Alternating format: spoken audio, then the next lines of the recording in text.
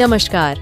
आप सबसे एक विनती है कि इस न्यूज पॉडकास्ट को अंत तक जरूर सुनें और ये न्यूज पॉडकास्ट आप किस जगह से सुन रहे हैं, हमें कमेंट बॉक्स में जरूर बताइए।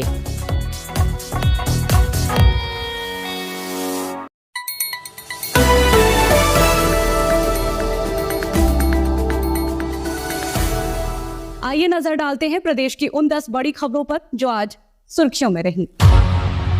बेतिया पहुंचे पीएम मोदी ने आरजेडी सुप्रीमो लालू को परिवार के सवाल पर एक बार फिर खरी खोटी सुनाई। तो ये मोदी को गाली देते हैं। इंडी गठबंधन का सबसे बड़ा मुद्दा है मोदी का परिवार नहीं है। प्रधानमंत्री ने कहा, आज अगर कर्पूरी, जयप्रकाश लोहिया और अंबेडकर जिंदा होते तो ये इंडी गठबंधन के लोग उनसे भी यही सवाल पूछते। इस दौरान देर से पहुंचने पर उन्होंने लोगों से माफी भी मांगी। राजभवन और शिक्षा विभाग के बीच मचा घमासान खत्म होने का नाम नहीं ले रहा है। एसीएस के पाठक ने 9 मार्च को एक बार फिर सभी यूनिवर्सिटी के वीसी की मीटिंग बुलाई है। हालांकि कुलपतियों की सैलरी रोके जाने का जो आदेश दिया गया था उसे वापस ले लिया गया है। साथ ही एफआईआर भी खारिज कर दी गई है। कटिहार में बीजेपी विधायक कविता पासवान के भतीजे नीरज की दिन दहाड़े गोली मारकर हत्या कर दी गई। लोगों ने 2 हमलावरों को दौड़कर पकड़ा और पुलिस के हवाले कर दिया। बताया जा रहा है कि शूटर ओडिशा से बुलाए गए थे। परिजनों ने रेलवे कॉन्ट्रैक्ट के विवाद में हत्या की आशंका जताई है। लोकसभा चुनाव से पहले 5 जिलों के एसपी और 3 के डीएम बदल दिए गए। खगड़िया, वैशाली, अरवल, किशनगंज और दरभंगा ग्रामीण में नए पुलिस अधीक्षक की पोस्टिंग की गई है। जहानाबाद, सीतामढ़ी और कटिहार में नए जिला अधिकारी तैनात किए गए हैं। जमुई में एक दिव्यांग घर से 16 किलोमीटर दूर बेसुध मिली। उसके शरीर पर कई जगह चोट के निशान मिले हैं। चेहरा भी सूजा हुआ है। परिजनों ने रेप की आशंका जताई है। पीड़िता की किसी बात को लेकर परिजनों से नोकझोंक हुई थी, जिसके बाद वो अपना घर छोड़कर निकल गई थी।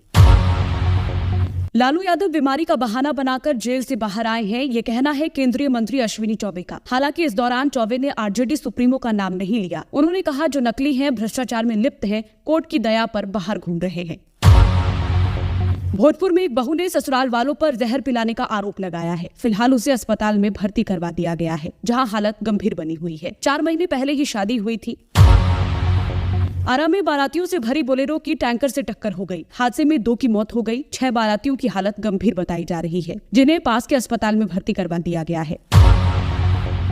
जमुई में 2 बच्चे बॉडी बनाने के लिए सांप खा गए। तबीयत बिगड़ने पर अस्पताल में भर्ती करवाया गया। फिलहाल हालत खतरे से बाहर बताई जा रही है। दोनों की उम्र 5 साल के करीब है।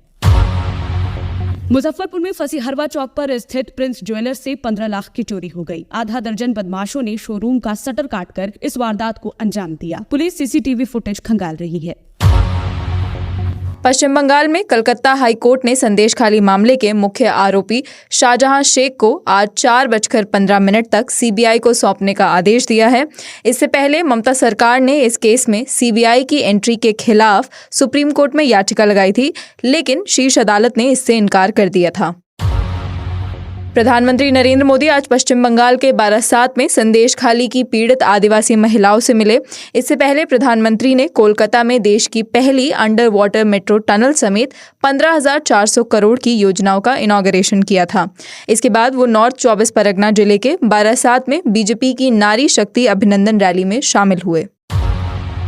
खेल और युवा मामलों के मंत्री अनुराग ठाकुर ने सोशल मीडिया प्लेटफॉर्म एक्स पर जानकारी दी कि अब खेलो इंडिया में शामिल होने वाले एथलीट्स सरकारी नौकरी के लिए एलिजिबल होंगे।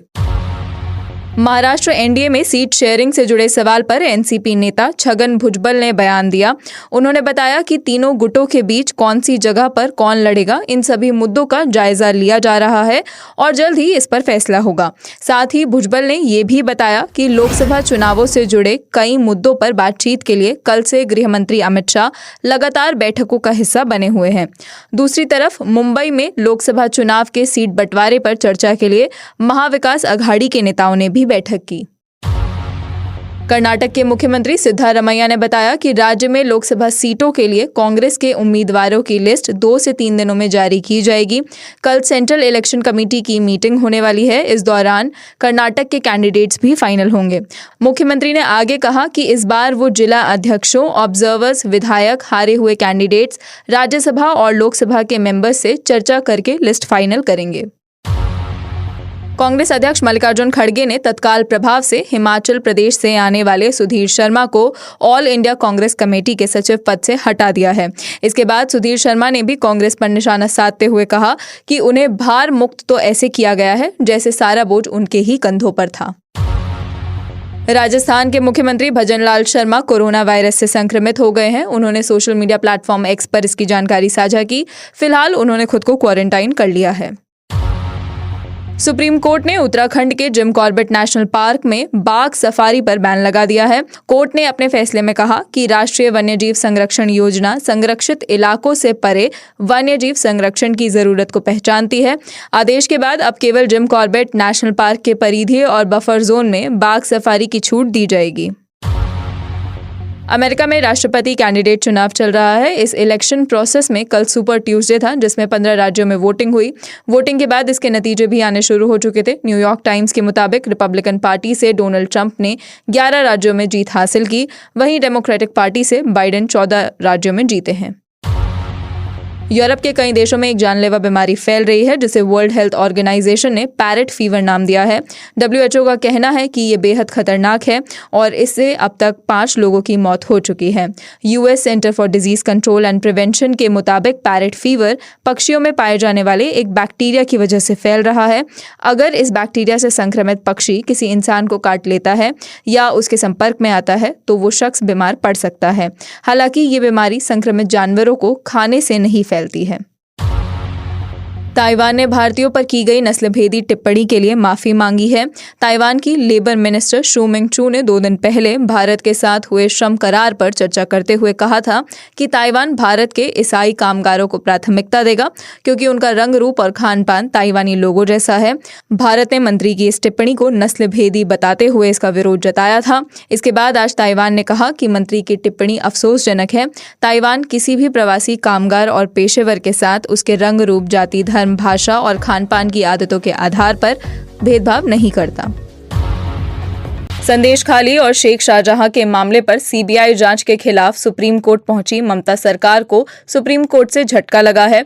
ममता सरकार ने तुरंत सुनवाई के लिए अपील की थी, लेकिन सुप्रीम कोर्ट ने इससे इनकार कर दिया है। राज्य सरकार ने अपनी अर्जी में सुप्रीम कोर्ट से कहा था कि राज्य उच्च न्यायालय के आदेश पर अंतरिम रोक चाहता है। लोकसभा चुनाव से पहले सीट शेयरिंग को लेकर महाराष्ट्र में एनडीए के बीच जद्दोजहद थमती दिख रही है।